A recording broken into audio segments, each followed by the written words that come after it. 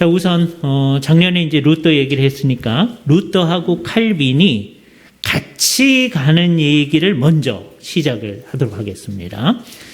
그래서 오늘 본문을 어디를 잡았느냐면 로마서 3장, 우선 우리가 잘 아는 본문 말씀이에요. 로마서 3장 23절서부터 29절 말씀, 우선 마음속에 이 말씀은 이제 새기셔야 되는데, 로마서 앞부분 전체를 요약하면 3장 23절 말씀이 그 앞부분의 요약이라고 말할 수 있습니다. 모든 사람이 죄를 범하였음에 하나님의 영광에 이르지 못하더니, 이게 로마서의 정리, 앞부분의 정리입니다. 그죠? 의인은 없나니 하나도 없으며 하나님을 찾는 자도 없고 하나님을 따라가지고 깨닫는 사람도 하나도 없다라고 하는 것. 이것이 성경 전체의 가르침에도 불구하고 사람들은 언제나 그렇지 아니하고 우리가 하나님을 사랑하고 따라가는데요 라고 열심히 한다고 얘기를 하려고 합니다. 그래서 이제 우리의 과제가 언제든지 두 가지인데요. 하나는 열심히 해야 된다라고 하는 것. 이게 이제 첫 번째 모습입니다. 열심히. 예수를 믿는 사람 치고 대충 하겠습니다. 그러면 이제 이건 엉터리예요. 근데 이제 문제는 그런 사람이 늘어가고 있다는 거예요. 지금 우리 한국교회 안에도 이게 심각한 문제죠. 그런데 이제 이 문제는 아주 앞으로 계속 강조해야 됩니다. 우리가 열심히 해야 된다. 예? 그러니까 한 번도 우리가 열심히 안 해도 된다 그게 얘기해 본 적이 없어요. 열심히 해야 되는데 이제 우리 종교개혁 얘기는 어디서부터 시작하는 거냐면 열심히 한다고 해서 다 괜찮은 게 아니다. 그렇죠?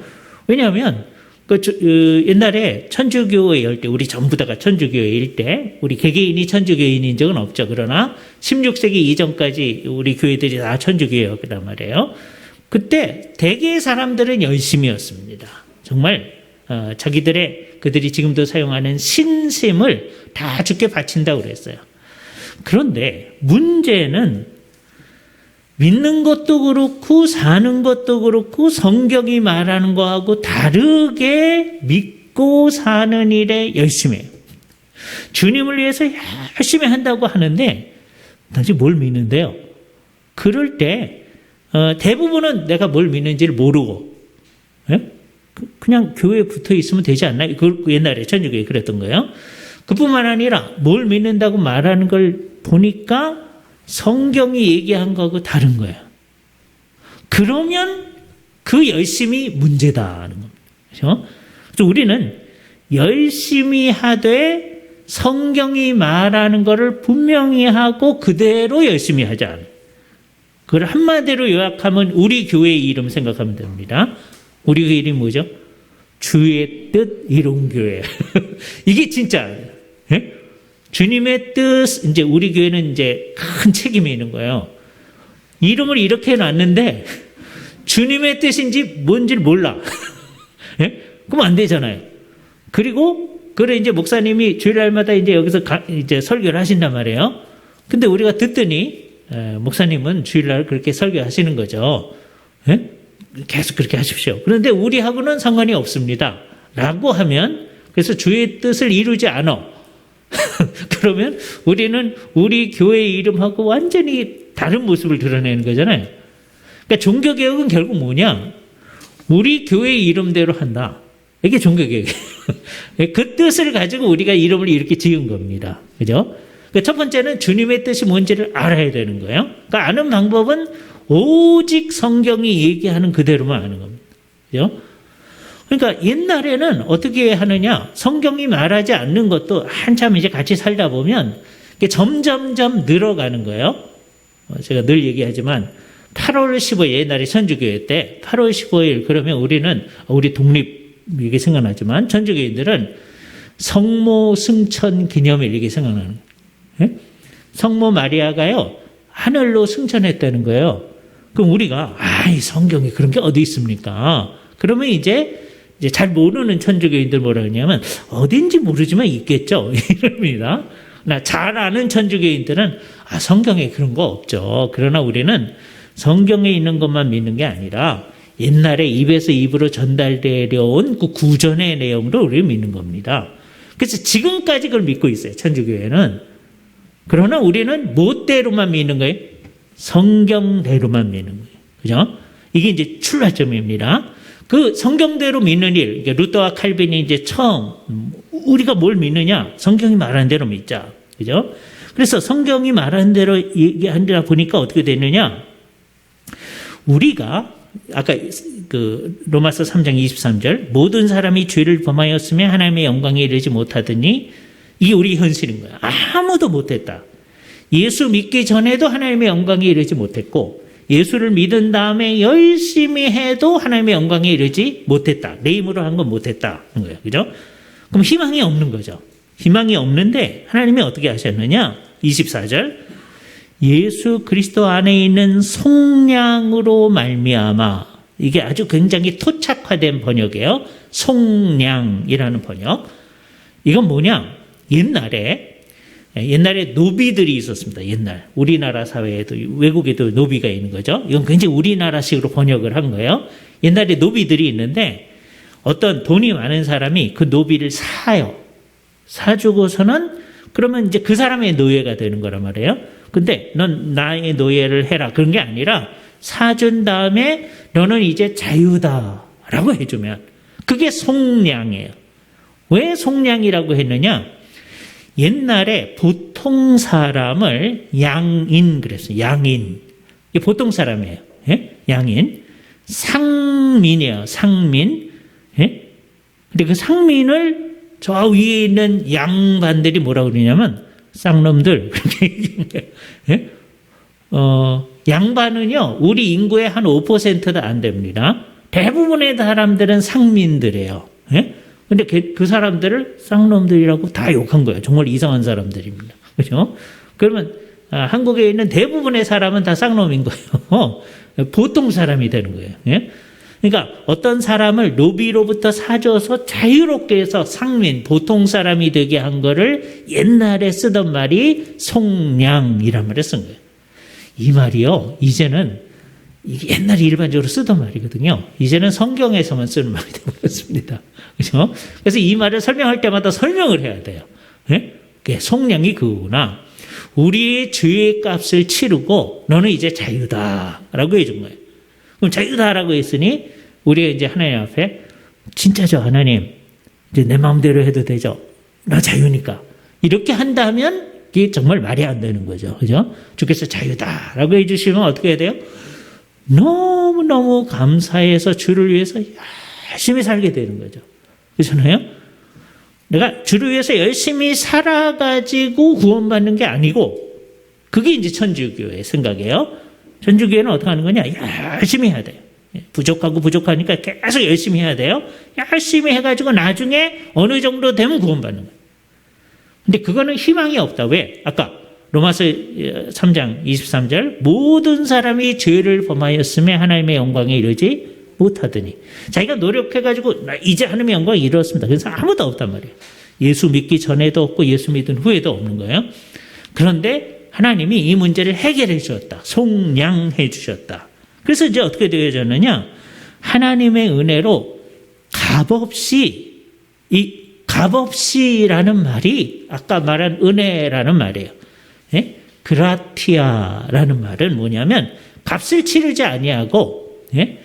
예를 들어서 여러분들이 영국에 가가지고 요즘 여행 못 다니는 시대인데 영국에 가가지고 대형 박물관을 들어간다고 해보세요. 그러면요 대형 박물관은 공짜로 들어갈 수 있어요. 돈 하나도 안 내고. 예? 대형 박물관. 예? 그럴 때 쓰는 말이 그라티아예요. 공짜로 그냥 들어갈 수 있어요. 예. 프랑스에 가가지고 루브르 박물관 들어가려면 돈 되게 많이 내야 돼요. 예? 그런데 대형 박물관은 그래도 이 사람들이 양심이 조금은 있는 거예요. 공짜로 들어갈 수 있어요. 왜 그러냐? 거기 대형 박물관에 모아놓은 물자들이요 대부분 딴 나라에서 가져온 거야. 다른 나라에 다 가져왔으니까. 물론 이제 다른 이유도 있어요. 그러니까 사실 자기네들 거 아니거든요. 인도에서 가져오고 중국에서 가져오고 막 이런 거란 말이에요. 그러니까 남들한테서 가져온 거를 하면서 돈 받고 한다는 건 양심의 가책이 있는 거죠. 그러니까 공짜로 하는 거예요. 그렇죠? 그러니까 좀 더 나은 정책이에요, 그게. 물론 그러니까 이제 거기에 이 운영을 위해서 여러분들이 원하시는 대로 좀 내셔도 좋습니다. 그걸 도네이션 한다고 그래요. 그래서 원하는 대로 내고 들어갈 수 있어요. 안 내도 돼요. 상관없어요. 그렇죠? 우리가 구원받는 일이 다 그렇게 공짜로 되어졌다는 거죠. 그런데 구원 자체가 공짜로 되어진 건 아니에요.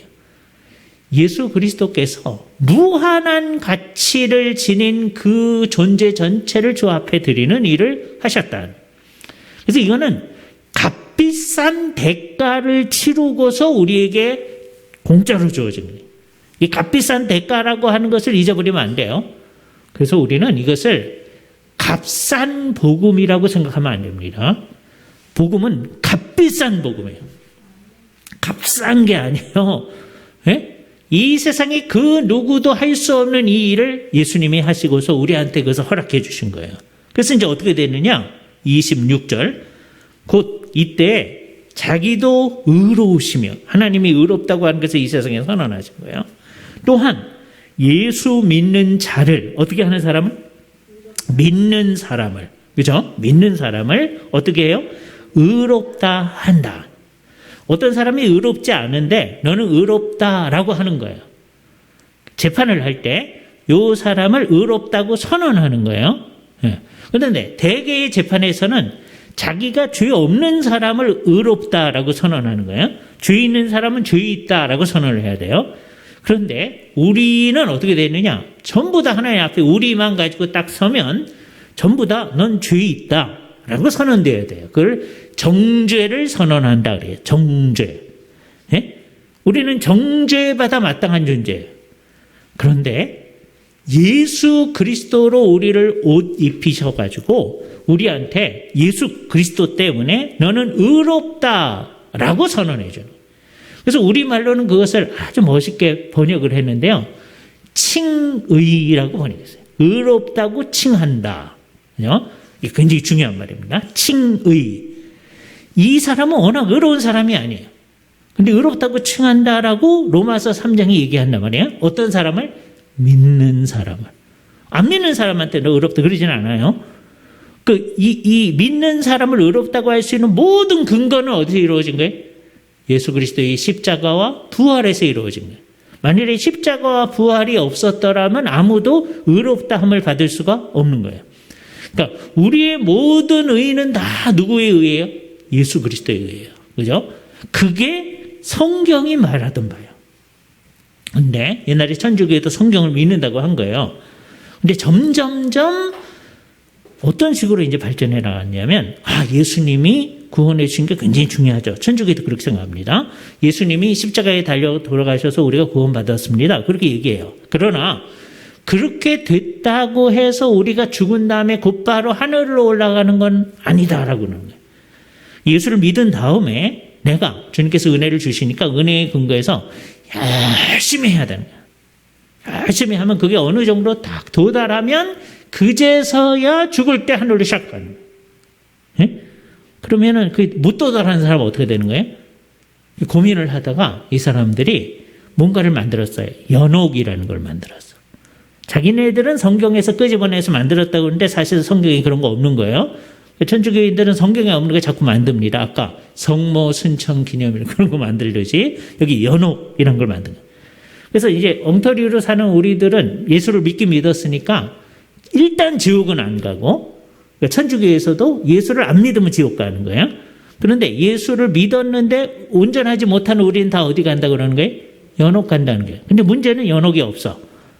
그래서 이게 이제 심각한 문제가 되어지는 거예요. 연옥에서 어떻게 되느냐? 자기의 죄에 대한 벌을 받으면서, 그러면서 한편으로는 우리 영혼이 점점점 하나님에게 좀 더 가까워지는 거예요. 그러니까 하나님께 점점 가까워지는 게 어느 정도 되면 이 정도면 됐다. 그러면 연옥에서 하늘로 샥 간다는 거예요. 자, 그럼 이제 어떻게 해서 구원받는 거예요? 첫 번째 예수님의 구원 플러스 내 영혼이 점점점 깨끗해져야 내 공로예요. 물론 하나님이 은혜를 주셔야 되죠. 그래야 하늘로 갈 수 있다는 게 누구의 가르침이에요? 천주교회의 가르침. 이게 우리의 가르침이 아니에요. 성경은 뭐라 그래요? 거기에 대해서? 아니, 그렇게 되는 게 아니고 내가 한 건 아무것도 없는데 예수 그리스도께서 온전한 공로를 다 이루셔서 그것으로만 우리가 구원을 받는다. 그래서 예수 그리스도께서 속량하셨다. 에? 놀라운 얘기. 그래서 루터가 얘기한 대로 놀라운 교환이 이루어진 거예요. 내 죄악은 다 예수 그리스도한테 간 거예요. 그래서 그 내 죄악을 짊어지고 예수님이 십자가에서 죽으신 거예요. 그래서 내 죄악 때문에 예수님이 형벌을 받은 거예요. 저주를 받은 거예요. 그러니까 십자가는 저주의 장소가 되는 거예요.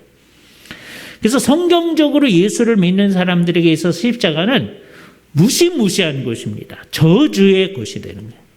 예수님이 십자가에 죽으실 때도 그러고 끝까지 그런 거예요. 예수님이 다시 오실 때까지 십자가는 어떤데요? 무시무시하고 저주를 받는 거예요. 근데 이제 사람들이 정신이 나가면 십자가가 점점 멋있어집니다. 에? 여기 잘 생각을 해야 돼요. 우리가 십자가를 어떻게 생각하는지. 십자가가 저주를 받아야 되는 거예요. 근데 누가 저주를 받아야 되죠? 우리가 받아야 되죠. 근데 우리가 받아야 할 저주를 누가 받은 거예요? 예수님이 받은 거예요. 그러니까 내 죄에 대한 저주를 예수님이 받고 예수님이 죽으신 거예요. 그게 이제 첫 번째 전가입니다. 그리고 예수님이 이 세상에 사시면서 하나님의 뜻을 다 이루셨잖아요. 그죠? 어느 정도 잘하셨는지 십자가에 돌아가시면서 다 이루었다 그래요. 우리 가운데서 이 세상에서 다 이뤘다 할 수 있는 사람이 있어요? 없잖아요. 근데 예수님만이 그 말을 할 수 있는 거거든요. 그죠? 다 이루었다. 하나님의 뜻을 다 이뤘어요. 하나님 앞에 의로운 거예요. 그분은 자기가 잘했기 때문에 의로운 거예요. 우리는 우리가 잘해서 의로운 사람 아무도 없는 거예요. 예수 그리스도의 그 의를 우리에게 주시는 거예요. 이게 놀라운 교환이에요. 내 죄를 예수님에게 기록하고 예수님의 의가 나한테로 오고 한 이 놀라운 교환. 그래서 이거를 루터와 칼빈이 전부 다 이 로마서의 근거에서 얘기를 하는 거예요. 우리는 이제 뭐대로 믿는다? 성경대로 믿는다. 네. 루터가 이 가르침을 성경에서 이제 발견해낸 거예요. 그거를 따라간 사람이 오늘 여기 있는 칼빈입니다. 그죠? 칼빈. 여기 있는 칼빈의 모습을 잘 생각을 해보란 말이에요. 이 사람은 워낙은 천주교인이었어요. 네? 천주교인으로서 그냥 열심히 나름대로 그냥 열심히 산다고 생각한 거예요. 그런데 점점 자기가 이제 대학 다니고 그러면서 주변에 루터가 가르친 가르침, 이게 성경대로 하는 가르침에 대한 가르침이 주변에 막 돌아다니는 거예요. 그래서 주변에서 성경을 읽으라 그래. 이 칼빈도 대학 다닐 때 법학을 공부했어요. 법학. 루터도 법학을 공부했거든요. 예? 왜 그러느냐? 두 사람 다 아버지가 법학을 공부하는 게 좋겠다. 이렇게 생각한 거예요. 옛날이나 지금이나 법학을 공부하고 나면 돈 잘 벌잖아요. 그죠? 그래서, 루터의 아버지도 그렇고, 조금 이따 칼빈의 아버지도 그렇고, 너 이제 법학을 공부하라. 그러니까 착한 아들들이어서 이제 법학을 공부한 겁니다. 근데 법학을 공부하면서 이분들은 동시에, 그 주변의 분위기가 성경을 공부하도록 유도를 하니까, 특히 이제 칼빈의 경우에는 이제 대학 다니면서 이제 자기 나름대로 성경을 읽기 시작하는 거예요. 놀라운 일이 이제 벌어진 겁니다. 그래서, 자기가 졸업할 때쯤에 32년도쯤에 이분이 이제 대학을 졸업하는데요. 이분이 1509년 생이에요. 1509년. 근데 1532년이 되면 이제 대학을 졸업하는데 그게 아마 석사학인지 박사학인지가 참 애매하긴 합니다. 학사는 벌써 옛날에 이 사람이 한 20살 때쯤 이제 옛날에는 대학을 일찍 가거든요. 20살이면 벌써 이제 학부를 다 졸업합니다. 그러니까 32살, 32년이 이 사람이 23세 되는데요. 그러니까 23세, 우리는 23살이면은 뭐 대학 졸업할 때쯤 그게 되잖아요. 그때 법학 석사 또는 박사, 좀 되는 겁니다. 파리 대학, 그리고 이제 오를레앙 대학, 이제 프랑스에 있는 좋은 대학들이에요. 그리고 이제 부르게 대학 같은 데서 법학으로 이제 이 사람 공부하고, 그러면서 자기는 법학보다는 관심이 그 당시에 요즘 유행하는 인문학 뭐 이런 거에 이제 관심이 있는 거예요. 그래서 그런 작업을 이제 했는데, 그래서 인문학자로서 이 세상에 좀 출세를 해볼 마음이 있었어요. 그래서 인문학자로서 옛날 인문학자들이 하는 게 뭐냐면 옛날에 나온 좋은 책에 대해서 잘 설명하는 일을 하는 겁니다. 옛날에 나온, 예수 믿기 전에 어떤 사람이 네로 황제의 선생님이었던 사람이 있어요. 세네카라는 사람이 있었는데요. 그 세네카가 관용론이라고 하는 조그만 이제 글을 썼어요. 관용론. 다른 사람을 좀 관용해 줘야 된다. 그래서 칼빈이 최초로 그 관용론에 대한 주석을 썼어요. 이게 이분의 이제 최초의 작품입니다. 이걸로 좀 유명해지기를 바란 거예요. 그 책도 좀 팔리기를 바란 거예요. 대실패를 했습니다. 예? 예. 근데 왜 관용론을 썼을까? 그건 잘 몰라요. 나중에 이제 하늘에 올라가서 여쭤보셔야 돼요. 왜 관용론에 대한 주석을 썼을까? 아마 요때쯤 이 사람이 개신교적으로 예수를 믿게 된 것 같아요. 그 전까지는 천주교인이었어요. 근데 자기가 이제 성경대로 나 예수를 믿겠다. 그렇게 속으로 그렇게 생각하는데요. 그런데 분위기가 어떠냐면 이렇게 성경대로 예수를 믿으면 사람들이 핍박을 하기 시작하는 거예요. 예? 나중에는 이게 더 심각해집니다. 이게 칼빈은 자기 고향인 프랑스에 있을 수가 없어서 평생을 다른 나라에 도망가서 도망자로 사는 거예요. 자, 예수를 열심히 믿는데 성경대로, 우리 교회 이름대로 주의 뜻을 이루기 위해서 나는 살겠습니다. 진짜로. 그냥 말로만 그러는 거 말고. 그렇게 했더니 어떤 일이 발생해? 고향에서 못 살고 도망가야 되는 일이 생겨. 그러면 다시 한번 생각해 봐야죠. 그러지 아니하고 그런데도 주님의 뜻대로 하겠습니다. 하는 거예요. 고향을 떠나가지고 어쩔 수 없어요. 왜? 고향이 있으면 어쩔 수가 없는 게 되는 거예요. 이제 도망을 가게 되는데 이 사람을 도망가게 하는 아주 중요한 사건이 하나 아까 이 사람이 24살 됐을 때 일어나는데요. 그게 1533년 11월 1일이에요. 11월 1일. 그때를 뭐라 그러냐 하면 모든 성인들의 날 그럽니다. 모든 성인들의 날. 만성절 그래요. 예, 만성절. 그럼 그 바로 전날이 뭐냐? 10월 31일이잖아요. 그러니까 만성절을 기념하기 전에 이제 여기서 미신이 생기는 거예요. 온갖 귀신들이 다 튀어나온다. 예? 그래서 이제 서구 사람들이 하는 게 할로윈입니다. 할로윈을 사람들이 막 즐겨요, 요즘에. 워낙은 이제 온갖 귀신들이 다 튀어나온다, 그런 거예요. 예? 그리고 그러니까 어떻게 하냐, 천주교에서는 이때서부터 이제 11월 1일 날 특별히 무슨 일이 많아지느냐면, 면죄부를 열심히 팔기 시작하는 거예요. 예? 그래서 루터가 10월 31일 날 면죄부 팔고 그러면 안 된다 하는 얘기를 써붙인 90여 가지 조항을 냈던 겁니다. 그렇잖아요? 자, 이거 잘 생각해 봐야 돼요. 그래서 이제 11월 1일이 옛날에는, 지금은 좀 안 그렇지만 지금은 되게 유럽에서는 10월 달에 학기가 시작합니다. 미국에서는 9월 달에 시작해요. 우리는 3월 달 시작하잖아요. 그죠? 그러니까 나라마다 이제 학기가 시작하는 게 다 달라요. 되게, 지금 영국, 유럽에서는 되게 10월이 이제 시작하는 겁니다. 그런데 칼빈 시대에는 11월 1일이 시작하는 날이에요.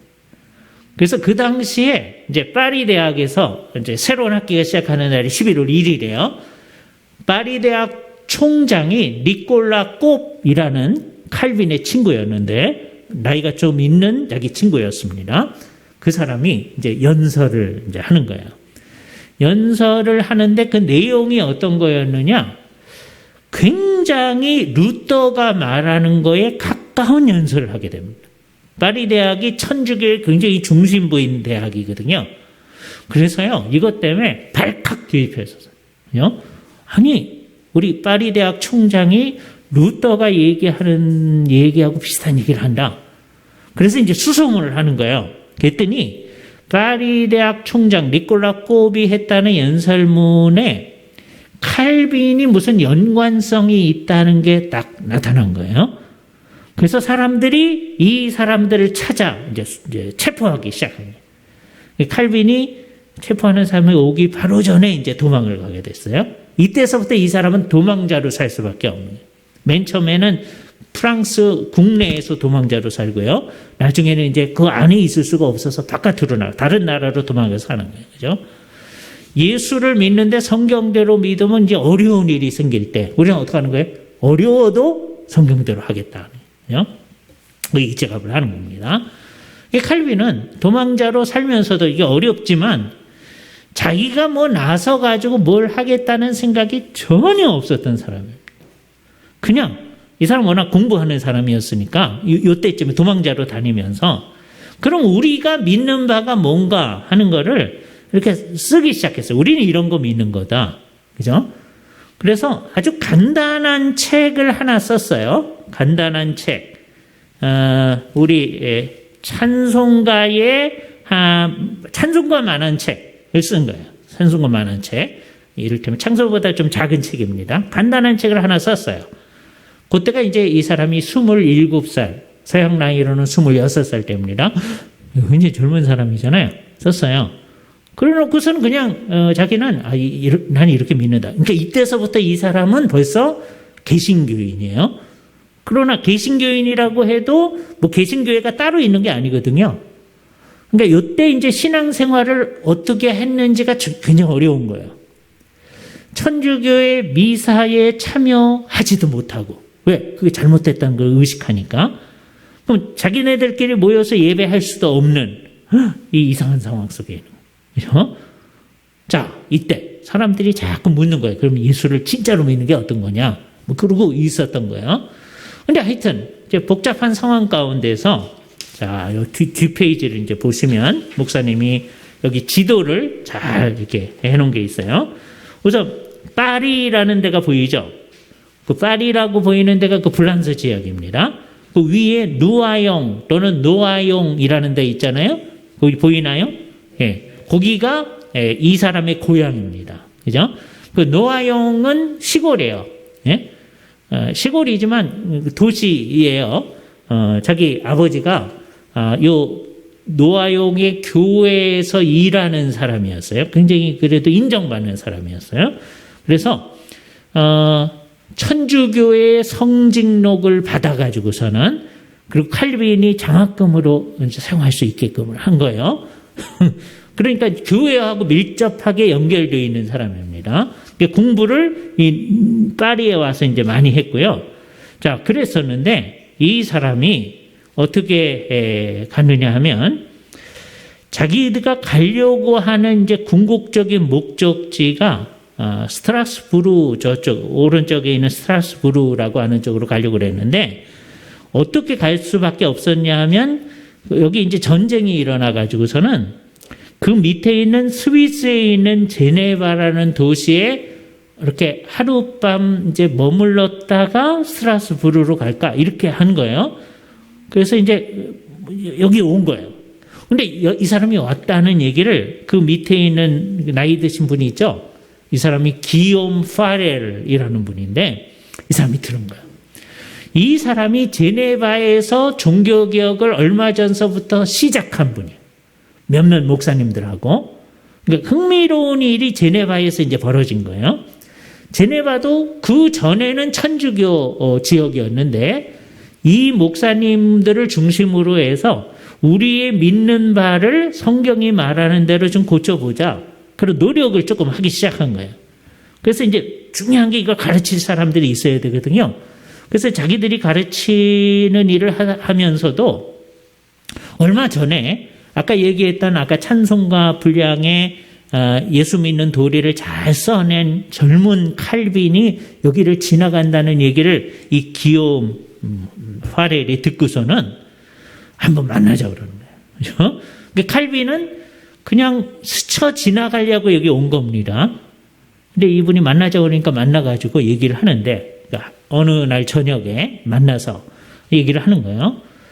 그런데 기욤 파렐이 우리의 삶에 있어서 되어지는 일이 우연이라는 게 있는가?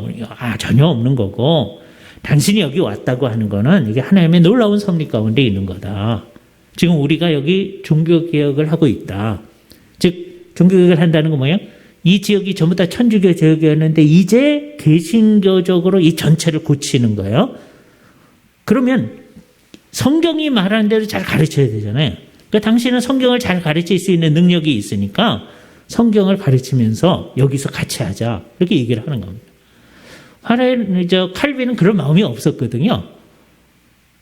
그래서 이 사람을 우리가 맨 처음에 입장에서 얘기한다면 별로 내켜하지 않는 개혁자입니다. 종교개혁 할 말 하나도 없었어요. 예? 그런데 이 사람이 하도 하라 그러는 거예요. 근데 안 하려고 자꾸 하는 거예요. 아주 유명한 말이 있는데 기욤 파렐이 뭐라고 그러냐면, 만일에 칼빈은 뭐 하려고 그러냐면 나는 계속 공부하면서 책이나 쓰겠습니다. 그런 거예요. 내가 할 수 있는 거 그거니까. 그랬더니 파렐이 불같이 화를 내면서, 만일 당신이 그러면 하나님께서 당신과 당신이 하는 학문에 저주 내리시기를 바랍니다. 그런 거예요. 무서워가지고서는요, 이 사람이 하나님이 그러면 안 되죠. 그래서 꼼짝없이 붙들려가지고 그 일을 하기 시작했어요. 예? 그러니까 놀라운 일이 시작된 거예요. 그런데 여기 이제 재미있는 일입니다. 놀라운 일이 시작돼서 결심을 하고 주님의 일을 하면 다 잘 되죠? 그러지 않다라고 한 게 나타나는 거예요. 이분들의 목표는 뭐냐? 그럼 제네바 전체를 정말 성경이 말하는 대로 믿고 성경이 말하는 대로 예배하고 성경이 말하는 교회 제도를 만들고 성경이 말하는 대로 살자. 이게 한마디로 말하면 종교개혁은 이 네 가지입니다. 그거를 네 가지도 복잡하면 뭘 기억하시면 돼요? 우리 교회 이름 생각하면 돼요. 주의 뜻 이룸. 그거요. 근데 네 가지로 이걸 풀어 설면은 어떻게 하는 거예요? 첫 번째, 성경이 말하는 대로 믿고. 그죠? 그게 우리의 교리라고 되어 있는 부분이에요. 교리. 뒤에 설명하는 거에 의하면 교리잖아요. 그죠? 성경이 말하는 대로 믿는다. 그죠? 그 다음에 성경이 말하는 대로 예배한다. 그죠? 천주교에도 예배를 하는데 예배가 성경이 말하는 대로 아니니까 성경이 말하는 대로 예배를 하는 게, 그게 우리가 여기 했던 기도와 성례 그런 거예요. 그죠? 그 모든 것들이 뭐에 근거해서 하는 거예요? 성경에 근거해서 하는 거예요. 그죠? 그 다음에 성경이 말하는 교회 제도를 가지자. 그리고 제일 어려운 거, 성경이 말하는 대로 살자. 주의 뜻을 이루자. 이런 거예요. 예.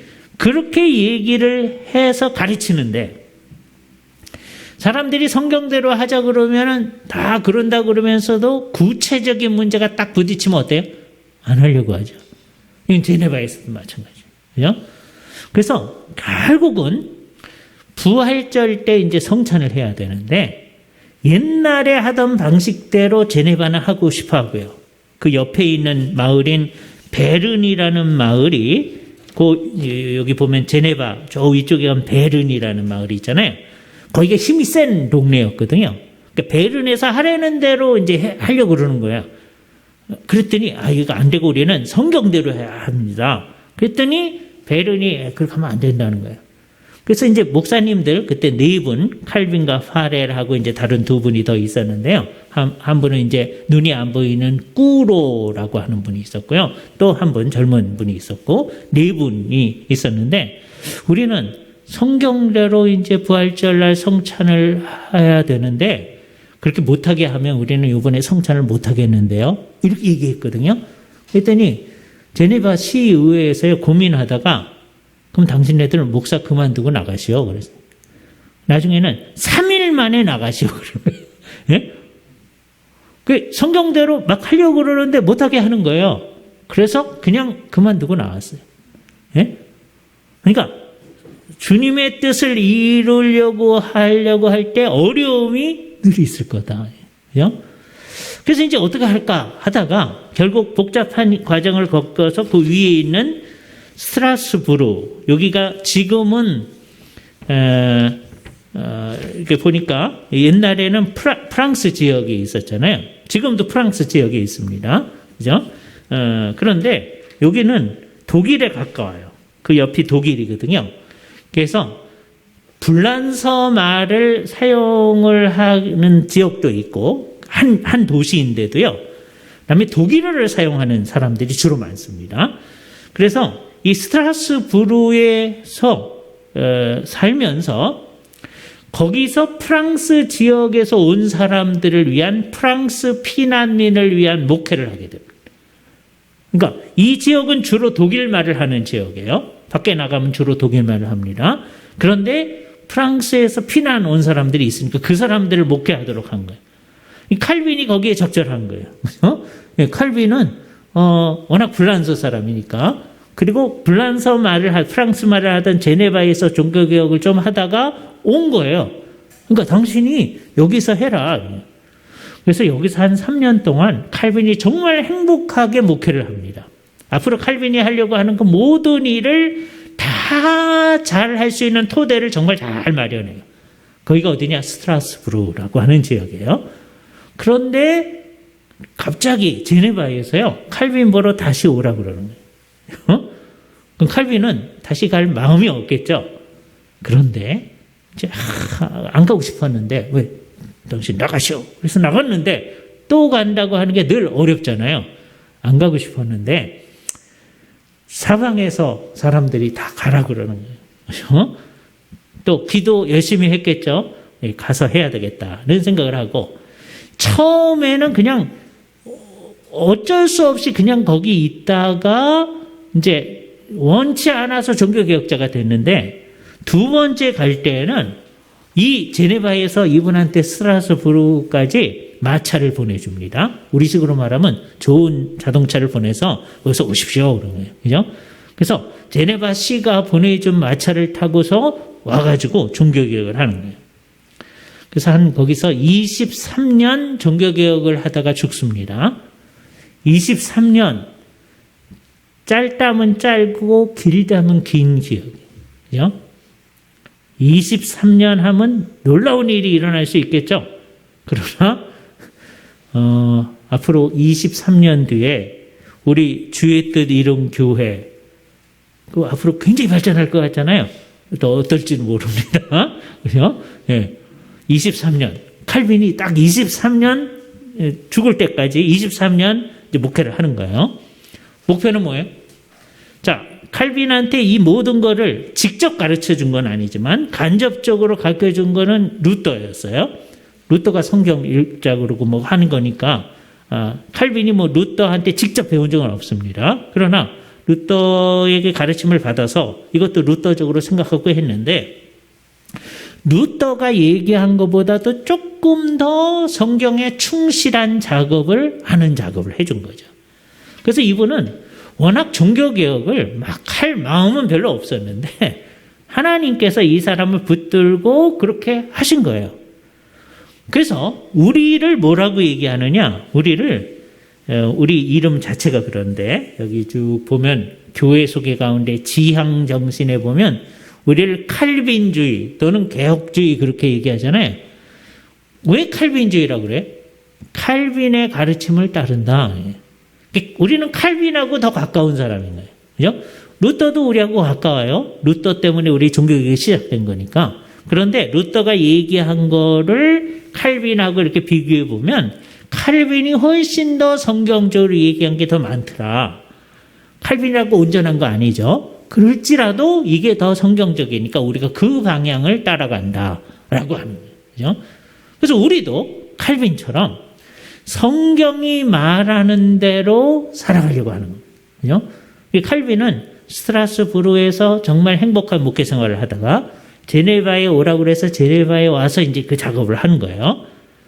23년 목회할 때 그분이 이제 23년 지난 다음에 이제 죽을 때쯤에 뭐라고 그러냐면 제가 여기 처음 왔을 때 우리한테는 정말 아무것도 없었습니다. 그냥 몇 목사님이 성경에 근거해서 말씀을 가르치는 것만이 있었을 뿐입니다.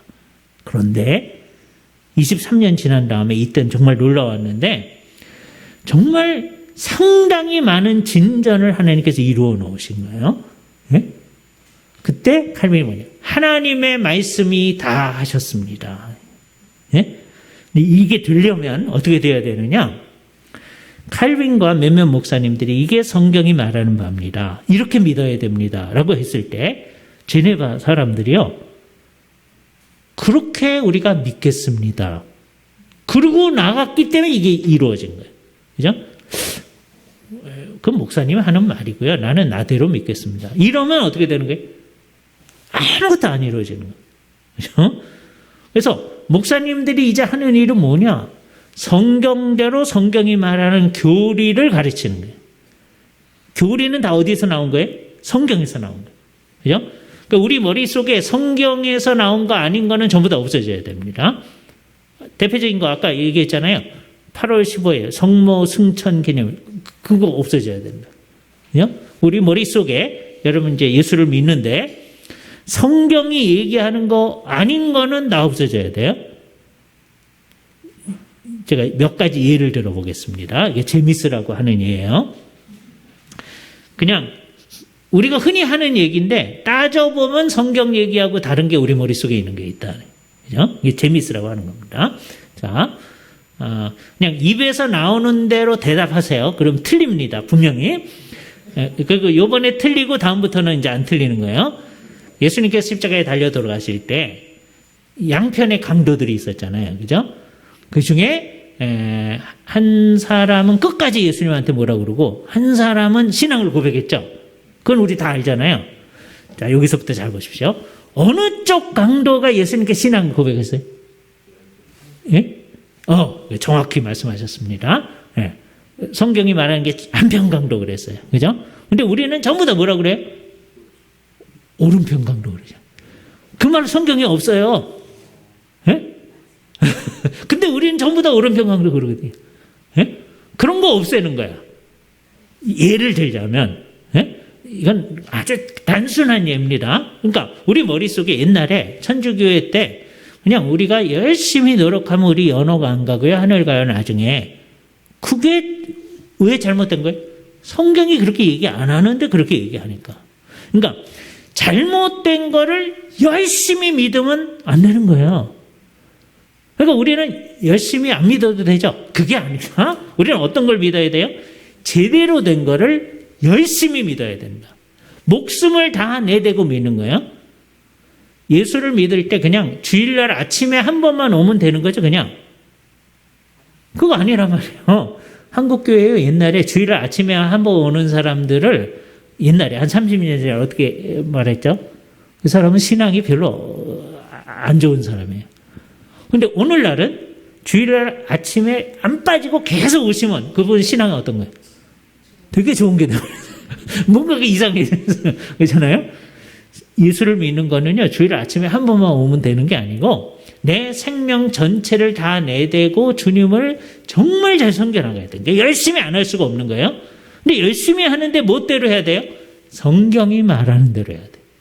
그래서 이제 주일날 이제 목사님하고 이제 성경 공부하시면서 우리 머릿속에 성경이 얘기하지 않는 걸 전부 다 빼내는 거예요. 네? 그게 이제 교리를 정확히 하는 거예요. 그죠? 예. 성경이 그렇게 가르치면 우리는 그것대로 가는 겁니다. 내가 뭘 궁금해 하는데 성경이 그런 거에 대해서 관심이 없으면 어떻게 해야 되죠? 우리는 내가 궁금해 하는 거에 관심을 가지면 안 돼. 우리는 뭐가 말하는 거에 관심을 가져야 돼요? 성경이 말하는 거에 관심을 가져야 돼요. 그죠? 목사님, 그거 다 좋은데요. 이런 거 궁금한데 이런 얘기 해주면 안 되나요? 성경이 얘기 안 하면 우리 얘기할 수가 없는 거예요. 그죠? 잘 생각해야 됩니다. 그러니까 우리는 성경이 말하는 대로 믿는다. 그래서 우리 머릿속에 성경이 얘기하지 않는 것들을 전부 다 제거하는 겁니다. 이거는 뭐 교리도 그렇고 살 때 하는 방식도 마찬가지예요. 다른 데서 다 그렇게 해도 성경에 그런 거 없을 때는 하면 안 되는 거예요. 예를 들어서 이런 거 지난번에도 잠깐 얘기했는데 옛날에 어떤 권사님이 이거 시작했을 겁니다. 가족들의 건강을 위해서 밥을 풀 때요.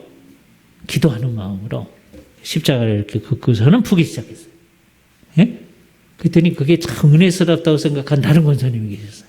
그래서 그분도 그렇게 하기 시작했어요. 우리 권사님들이 그렇게 하는 거 보고 여집사님들이 신앙 좋은 권사님들이 그렇게 하는 거니까 이렇게 해야 되는 거가 보다. 그래서 이제 한국 교회 웬만한 교회는 이게 다 퍼져 있어요. 예? 그런데 성경에 너희 바쁠 때는 십자가 이렇게 하고 거라 그런 거 있어요? 없어. 예? 그럼 어떻게 해야 돼요? 그래도 은혜스러우니까 하는 거죠? 아니다, 아니에요. 예? 우리 뭐가 하라는 것만 한다? 성경이 하라는 것만 한다. 물론 성경이 얘기 안 하는 거 있어요. 그건 그냥 이래도 좋고 저래도 좋은 거예요. 성경책을 들고 다닐 때 어떻게 들고 다녀라? 그런 건 성경에 없어. 근데 이렇게 들고 다녀야 은혜스럽죠? 예? 이렇게 들고 다니면 은혜가 떨어지죠? 이런 거는 이래도 좋고 저래도 좋은 거예요. 그죠? 그러나 아주 중요한 문제는 성경이 얘기를 한단 말이에요. 그래서 우리가 어떻게 해야 돼요? 우리 머릿속에 성경이 얘기 안 하는 건 자꾸 없애가고 성경이 말하는 대로 믿어가는 일, 이게 첫 번째예요. 요 일에 굉장히 좋은 선생님이 누구예요? 칼빈 선생님이다. 칼빈의 위대성이 그거예요. 그러니까 루터가 한 것보다 훨씬 더 큰 작업을 칼빈이 해준 거예요. 그게 첫 번째요. 두 번째 큰 작업은 뭐냐면 루터는 예배 시간에 옛날에 천주교에서 하던 거를 어느 정도는 그냥 하려고 한 거예요. 루터의 가장 큰 공헌은 뭐였냐면 지난번에 잠깐 말씀드렸는데 예배가 제사가 아니다. 이걸 분명히 합니다. 예배가 제사가 아니다. 그래서 예배를 인도하는 분이 제사장이 아니다. 그걸 얘기했어요. 루터가. 근데 이것을 얘기해 줬음에도 불구하고 루터는 그 제사장 사제라는 말을 가끔 썼거든. 옛날서부터 써왔으니까. 그 루터파 교회는 계속해서 목사님을 사제 그러는 거예요. 그래서 예배를 가끔 가다가 제사라고도 해요. 루터는 그거 하지 말라고 그랬는데. 그죠? 이거 분명히 해야 됩니다. 그래서 칼빈은 아주 분명히 해준 거예요. 예배 시간에 이렇게 예배하는 거는 이게 제사가 아니다. 여기가 제단이 아니다. 그러니까 이게 제사라고 하는 것을 나타내는 일들을 하지 말아야 되는 거예요. 천주교에서는 옛날에 구약시대 때 성소 안에 등대가 있잖아요. 등대. 그죠? 올리브 기름으로 딱 해가지고 비치게 한 거예요. 등대요. 성경에 그 등대라고 되어 있습니다. 근데 서양 사람들은 등대라고 분명히 되어 있고 그렇게 읽기도 하는데 머릿속으로는 자꾸 촛대를 생각합니다. 예? 우리나라에서는 등대라고 다 되어 있는데 요한계시록에 가서 7 촛대라고 잘못 번역을 했어요. 촛대가 나와요. 그죠? 그래가지고서는 예배당 안에 사람들이 자꾸 촛대를 갖다 놓고 예배를 할 때 촛불을 켜려고 하는 거예요. 천주교회도 하고 루터파 교회도 하고 루터 후계자들도 해요. 성공회도 하고 그러는 거예요. 여기서 칼빈의 위대성이 나타나요. 아니 그거 하면 안 된다. 왜? 성경에서 이제 이 예배가 제사가 아니기 때문에 옛날 구약시대 때 등대 그런 거 하면 안 된다. 그러니까 성경이 하라고 하는 것만 가지고 우리가 예배해야 된다. 그러니까 예배를 이제 구성을 할 때 성경에 있는 요소만 가지고 예배를 구성하는 거예요. 이게 칼빈식의 예배예요. 루터는 성경에서 하지 말라는 것만 없애버리고 상만 없앤 거예요. 예배당 안에 있는 상, 그건 전부 다 없앴어요. 그런데 나머지 촛불 켜는 거, 그다음에 향 피우는 거 그냥 내버려뒀어요. 그러면서 한 말이 뭐냐면 이래도 좋고 저래도 좋은 문제, 아디아포라의 문제다. 그렇게 한 거예요. 그죠? 그러나 칼빈은 그렇지 않다. 우리는 예배할 때 어떻게 해야 된다? 오직 성경이 말하고 있는 것만 가지고 예배해야 된다. 그래서 신경을 바짝 쓰는 거죠. 물론 이 문제는 이제 목사님이 알아서 하는 겁니다. 우리 예배 순서에 있어서 성경이 말하는 예배의 순서만을 가지고 하려고 이제 애쓰시는 거죠. 그러니까 목사님이 그렇게 잘 인도해 가실 때 우리는 성령님 안에서 예배를 하려고 노력을 해야 됩니다. 우리가 힘쓰는 문제는 바로 그거예요. 목사님이 말씀에 근거해서 예배를 잘 구성해서 그에 따라서 우리 모두가 예배하려고 할 텐데 우리는 그 일을 성령님 안에서 모든 성도들이 하는 거예요. 그러니까 우리는 옛날에 천주교인이나 루터파 사람들보다 더 열심히 해야 됩니다. 우리는 열심히 안 하는 사람이 아니라 이게 정말 성경적 예배니까 어떻게 해야 돼요? 더 열심히 해야죠. 우리는 더 열심히 해가지고 무슨 효과를 보려는 거 아니에요. 왜 예배를 합니까? 예배는 마땅히 해야 될 일이니까 하는 거예요. 다른 이유가 거기 붙으면 안 돼요. 하나님께 너무너무 감사해서 하는 거예요. 그래서 모든 예배는 다 감사 예배인 거예요. 오늘 아침에 예배하셨잖아요. 감사하신 거예요. 그죠? 또 이제 오후 시간에 예배를 하잖아요. 감사해서 하는 거예요.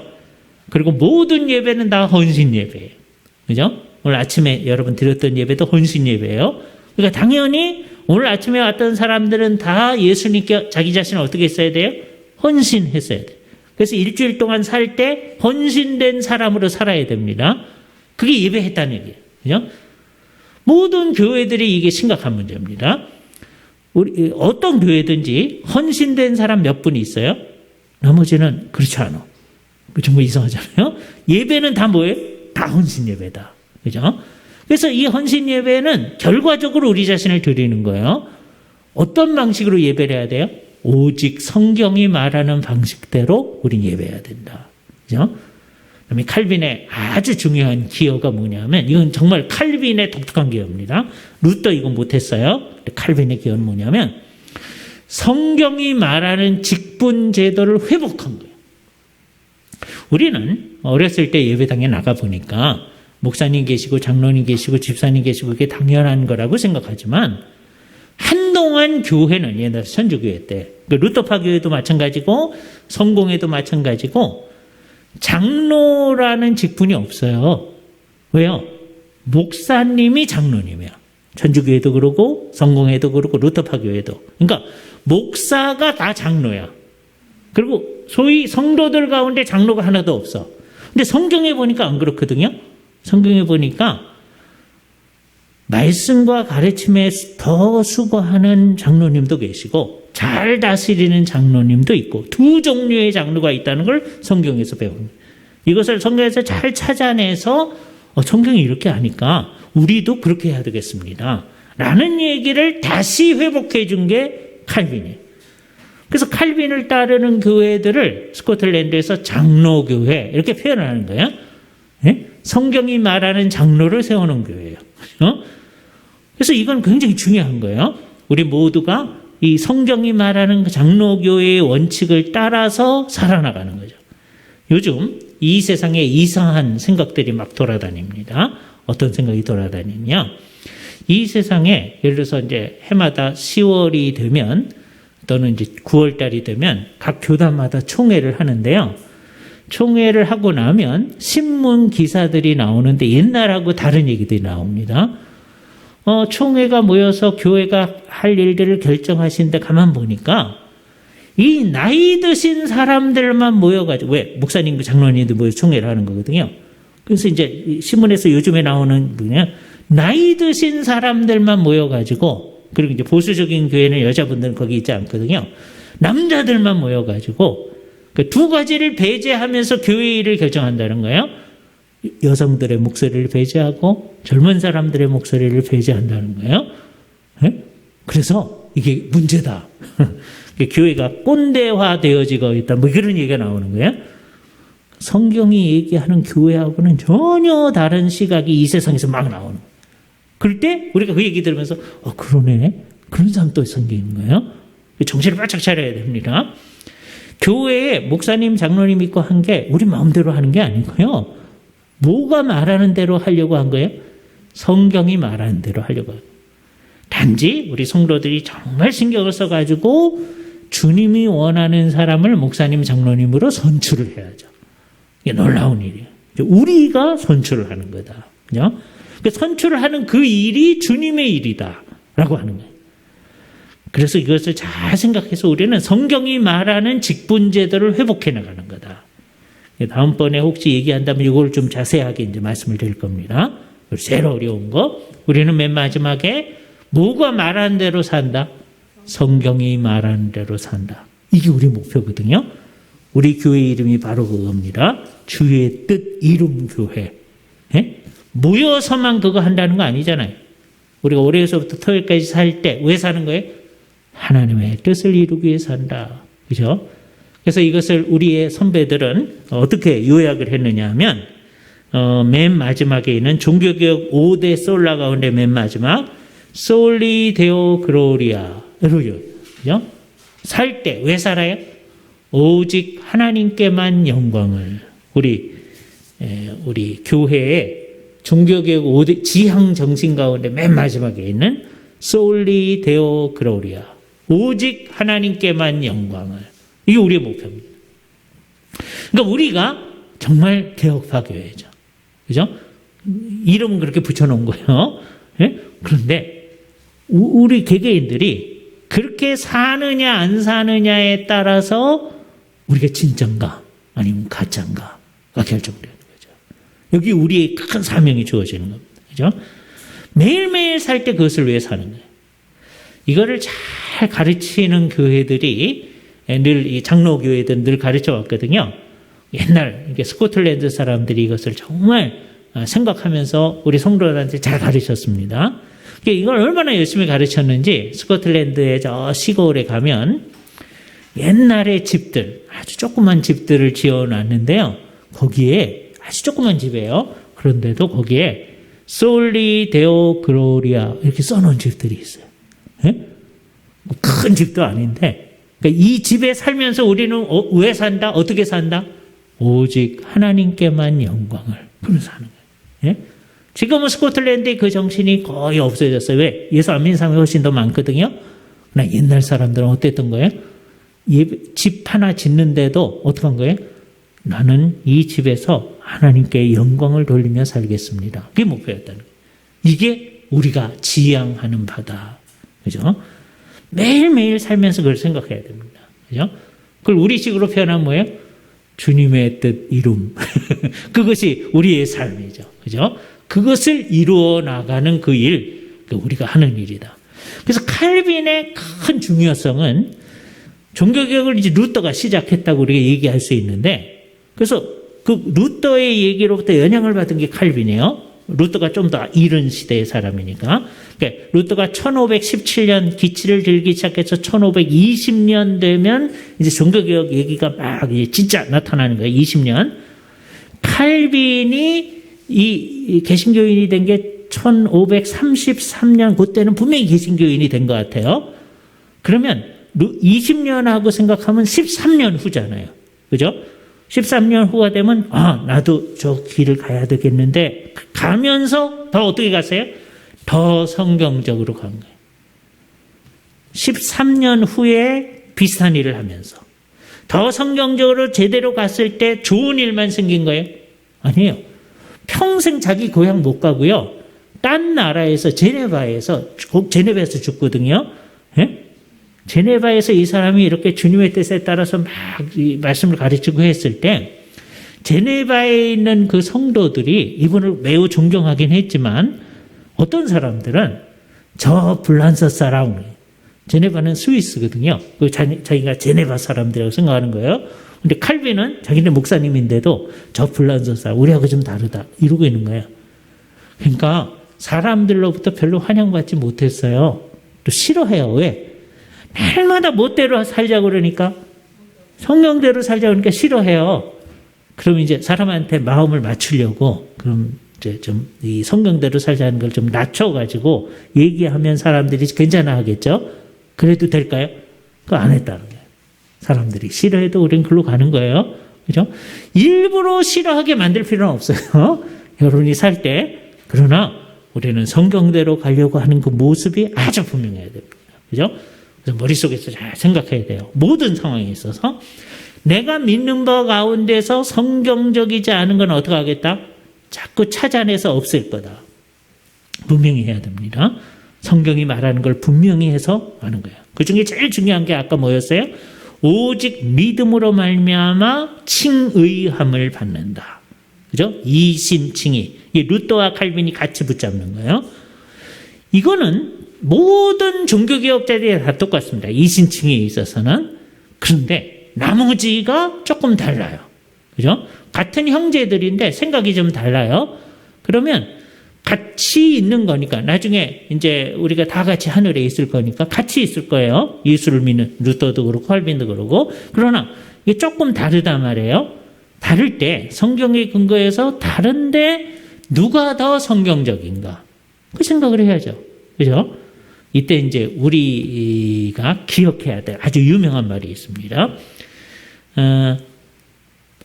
아주 본질적인 것에 있어서 아주 본질적인 것 거기서는 우리가 다 하나가 돼요. 일치. 이게 우리 뭐가 말한 대로 믿어야 돼요? 성경이 말한 대로 믿어야 돼요. 본질적인 것에 있어서는 일치를. 그죠? 근데 어떤 거는 비본질적인 게 있어. 아까 예를 들어서 성경책을 어떤 식으로 들고 다녀야 되냐. 뭐 이런 거. 그럼 비본질적이죠. 이렇게 들고 다녀야 되냐? 이렇게 들고. 그럼 비본질적이죠. 그건 자유가 있어요. 비본질적인 것에서는 자유를. 이게 재미있는 표현이에요. 본질적인 것에서는 어떻게? 다 같아야 돼요. 그죠? 뭐가 기준이에요? 성경이 기준이에요. 비본질적인 것에서는 자유를. 그리고 모든 것에서 사랑을. 우리가 성경이 말한 대로 갑시다. 이렇게 얘기하면서도 우리 마음속에 뭐가 있어야 돼요? 사랑이 있어야 돼요. 결국에 있어서는, 그러니까 우리는 어떤 사람이냐? 진리와 사랑의 사람입니다. 진리와 사랑. 진리는 뭐가 말하는 게 진리예요? 성경이 말하는 게 진리예요. 진리가 말하는 게 뭔가를 잘 찾아내야 돼요. 근데 진리를 그냥 성경에 있는 거로 끝나서는 안 되고 그게 우리 속에서 구현돼야 되잖아요. 그러려면 뭐가 있어야 돼요? 사랑이 있어야 돼요. 그죠? 그러니까 진리가 희생되면 안 되고요. 어떤 사람은 사랑하자고 진리를 희생시키죠. 예? 꼭 예수를 믿어야만 구원받는다고 그러면 안 되지 않습니까? 이러는 사람들이 있어요. 그거는 성경이 그렇게 얘기하니까 그건 할 수 없는 거예요. 예수 안 믿고도 구원받는 길이 없는 겁니다. 그렇잖아요? 그래서 그건 분명해요. 진리가 희생되면 안 돼요. 그런데 진리를 강조하면서 이게 중요하니까 잘못하는 사람들에 대해서 막 미워한다. 그러면 안 되잖아요. 예? 우리가 안 믿으면 지옥 갑니다. 그 얘기를 할 때에도 우리 마음속에서는 그 얘기를 왜 하는 거예요? 예수를 믿고 그 사람이 지옥에 안 가도록 하기 위해서 하는 거지. 너 안 믿고 된통 한번 당해봐라. 그런 마음으로 하는 거 아니죠. 그렇죠? 우리 마음속에 뭐가 활활 타올라야 돼요? 지옥불이 타오르면 안 되고 사랑이 타올라야 돼요. 그렇죠? 주님의 뜻 이룬 교회는 진리와 사랑의 교회입니다. 그렇죠? 날마다 성경을 공부하는 거예요. 진리의 공동체가 되는 거예요. 그러나 동시에 우리 마음속에는 늘 뭐가 나타나야 돼요? 사랑이 나타나요. 여러분이 사는 곳곳마다 주변에 있는 사람들이 저 사람이 주는 사랑 때문에 나는 예수를 안 믿을래도 믿어야 되겠습니다. 이러고 나가야 되거든요. 지금은요, 이단에 속한 사람들이 왜 거기 따라갑니까? 그랬더니 이 사람들만큼 우리 사랑해 준 사람 없어요. 이러고 있거든요. 네? 이게 얼마나 이상한 상황이요? 역전돼야 됩니다. 이단에 속한 사람이 이단에 가고 싶었다가도 우리가 사랑하는 그 사랑의 감동을 받아가지고 참 진리로 올 수 있어야 돼요. 여러분 주변의 사람들이 여러분의 사랑의 감동을 받아야 됩니다. 우리는 그렇게 하는 이유가 뭐예요? 진리로 사람을 이끌어가기 위해서요. 그죠? 그랬던 대표적인 사람이 누구예요? 칼빈이에요. 이 사람은 자기가 나서서 하겠다 그런 거 아니에요. 할 마음은 없었어요. 그러나 자기가 원치 않았지만 하나님께서 그렇게 가도록 만들어서 그런 사람으로 만들었죠. 우리도 다 이 칼빈의 후예들로서 이 땅에 있는 겁니다. 그죠? 우리 마음 가운데 칼빈의 여정을 생각하면서 우리도 이 길을 따라서 가는 참 개혁파 신앙인으로 있기를 바랍시다. 같이 기도하겠습니다. 거룩하신 주님 감사합니다.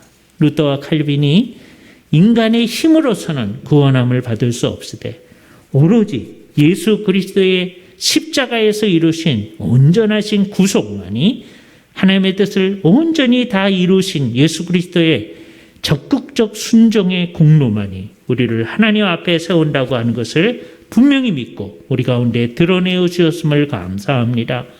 이것을 위하여서 자기들의 생명을 다 드렸던 이 개혁자들을 본받아서 우리도 우리 시대에 이 역할을 잘 감당할 수 있도록 함께하여 주시옵소서. 우리 주 예수 그리스도의 이름으로 기도하옵나이다. 아멘. 자, 이제 질문하시면 된다고 그랬죠? 예. 이제 예배 시간이 아니니까 자유롭게 질문하시면 됩니다. 뭐든지. 그러니까 제가 윤여배 목사님이다 이렇게 생각하시면 질문하시기가 쉬워요. 예. 뭐든지 질문하셔도 됩니다. 뭐든지. 오늘 드린 말씀도 좋고 또 평소에 궁금하시던 거 질문. 네. 개신교 중에서도 예.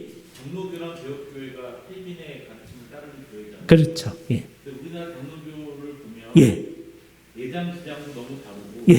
예장 안에도 보면 통합부터 협동이나 그런 보면 사실 요즘 같은 시대에 장로교라는 이름만 붙였지. 예. 들어갔을 때 그렇죠. 이게 진짜 장로교랑 헬빈을 따르는지 아닌지를 가정하기 너무 힘든데 그렇죠. 이런 상황이 우리나라 장로교만의 특징인지 아니면은 외국에 있는 개혁교회나 장로교도 똑같은 종교개혁이 이런 오래됐기 때문에 똑같은 상황을 겪고 있는지가 좀 궁금합니다. 한편으로는 외국도 그렇고요. 그래서 결국은 그냥 비슷해지는 거예요. 근데 한편으로는 우리나라가 유난히 더합니다. 이게 심각한 문제. 그죠? 그래서 아직은 그래도 외국은 여기가 장로교회구나. 여기는 감리교회구나. 이 차이가 있어요. 근데 우리나라는 이게 전부 다 하나가 되어버려가지고요. 누군가가 흔히 하는 대로 순복음 장로교회. 그렇게 돼버린 거예요. 우리나라 전체적인 어디나 비슷해요. 그죠? 그래서 우리가 이런 얘기를 잘 생각을 해야 되는 거예요. 그래서 성경을 있는 그대로 믿어야 된다. 처음부터 끝까지. 근데 장로교회 가운데 따져보면 그걸 안 믿는 교회들이 있거든요. 이거는 장로교회가 아니구나. 사람들이 판단해야 돼요. 그죠? 근데 그걸 교인들이 알 길은 없죠. 예? 목사님한테 우리 교회는 성경을 믿습니까? 그럼 다 믿는다고 하시겠죠. 그런데 사실 따져봐야 됩니다. 성경을 정확무오한 하나님의 말씀으로 그대로 믿는 교회. 그죠? 이를테면 우리나라에서 우리 대신 우리가 속해 있는 그다음에 고신, 그다음에 합동측, 그다음에 합신 요 정도가 성경을 그대로 믿는 교회들이에요. 그죠? 그러지 않는 교회들은 이게 점점점 이제 성도들은 맨 처음에 똑같은 사람인데 통합측하고 우리하고 맨 처음에 같은 교회들이었거든. 근데 목사님들이 나뉘어져서 이제 나뉘어진 건데 이게 점점점 성경을 있는 그대로 안 믿는 수가 있어요. 이 얘기를 할 때 우리가 뭘 강조해야 되느냐? 성경을 제대로 안 믿는 교회의 문제점도 생각할 수 있지만 우리는 성경을 그대로 믿는다고 그러는데 그럼 우리가 실제 살 때 성경대로 정말 믿느냐, 성경대로 사느냐, 이 책임이 우리한테 더 큰 겁니다. 왜냐하면 그걸 안 믿는 교단은요, 나 성경대로 안 믿어도 자기네 워낙 성경대로 안 믿으니까 예? 할 말이 있거든요. 근데 우리는 성경대로 믿는다 그래놓고 사실 살 때는 성경대로 안 한다. 그럼 우리한테 책임이 더 큰 거란 말이에요. 그래서 우리가 정말 성경대로 하는, 그래서 성경대로 하는 교회를 찾아봤더니 오늘 얘기를 들어봤더니 장로교회가 그런 방향으로 가는 거구나. 그러니까 장로교회만이 이게 제대로 된 교회는 아니지만 감리교회도 제대로 교회입니다. 같이 가는 건데 다 같이 그리스도 안의 형제인데, 그러니까 감리교회라고 해도 이단은 아닌데 그래도 장로교회가 성경대로 가려고 하는 게 아주 분명하다.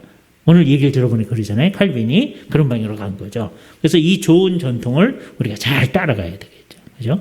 그래서 이제 주신 질문은 세계적으로 그렇습니다. 그래서 정말 제가 이제 얼마 전에 쓴 책 가운데 데이비드 웨일스와 하루를, 그런 책이 있어요. 조그만 책. 그거 한번 읽어보시기 바랍니다. 윤 목사님이 편집하신 책인데 데이비드 웨일스와 하루를. 근데 이분이 뭐에 대해서 걱정하면서 그 책을 쓰셨느냐 하면 미국의 소위 복음주의 교회는 성경대로 믿는다는 거예요. 근데 복음주의 교회들이 사실 따져보니까 이 세상의 방향을 향해 자꾸 나가더라는 거예요. 그렇죠? 그러니까 이름은 복음주의인데 사실은 복음주의가 아닌 모습을 나타낼 때 이게 안타까워서 그분이 이제 글을 쓰신 거거든요. 그걸 잘 드러낸 작업이니까. 미국에도 그런 상황이 나타나는 거죠. 근데 우리나라는 그게 좀 더 심하다. 이렇게 생각해서 우리가 이런 종교개혁 기념 강좌를 하는 이유는 조금 더 철저한 성경적 교회가 되기 위해서 이런 작업을 하는 거죠. 예. 또 이제 맨 처음에 질문을 시작해 주셨으니까 무슨 얘기든지 질문하시면 됩니다. 예. 그렇죠. 예. 다 그렇게 생각하는 거죠. 예. 그렇죠. 예.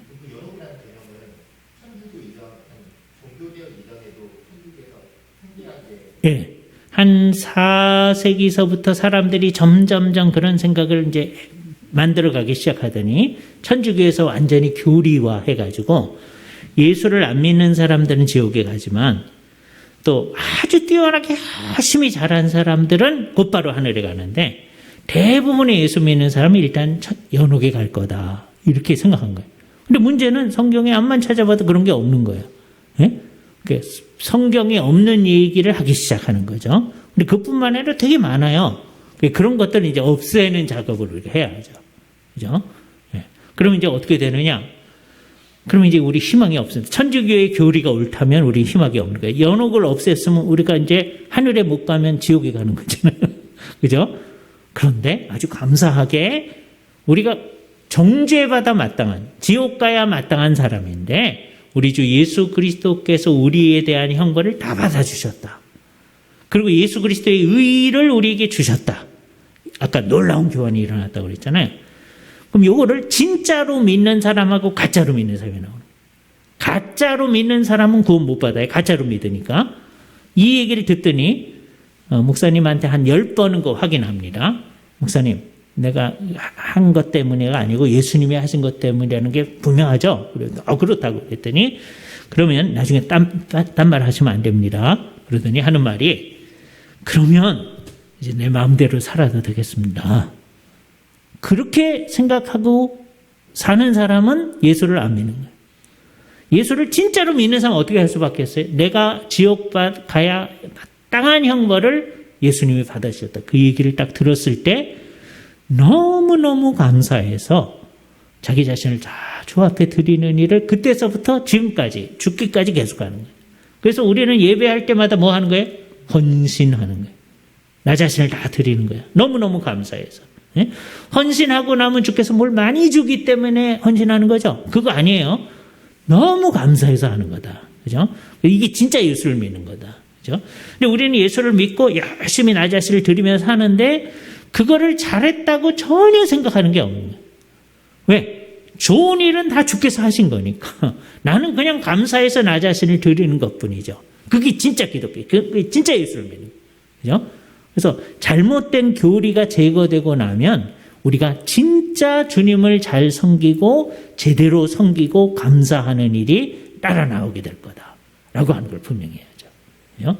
그래서 이제 연옥은 없는 겁니다. 그죠? 예. 예.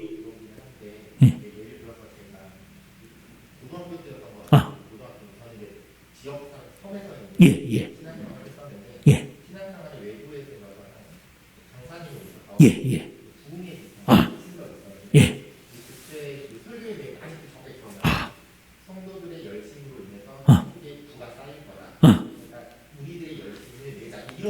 그렇죠. 예, 예, 예. 예, 예. 예. 제가 이제 이 설교를 들을 때 어떤 생각이 음. 들었냐면 대한민국이라는 사회가 1970년대 이전에 밀집 여러 가지 서양 친사를 받고 이런 아까 말씀드린 양반은 100%도 안 되고 나머지 평민이나 상민들이 이제 주로 이뤘잖아요. 예. 그 사람들 입장에서는 워낙 삶이 어려운 거죠. 그렇죠. 나의 어떤 노력으로 예. 인해서 뭔가 더 높은 데로 올라가고 싶은 그런 개념이 그렇죠. 그대로 반영이 맞아요. 맞아요. 우리나라 교육만 한정을 짓자면은 그런 생각을 저는 자주 썼거든요. 예. 전옥이라는 개념이 실제로 어떤 사람들의 심리 때문에 만들어진 건지 궁금해서.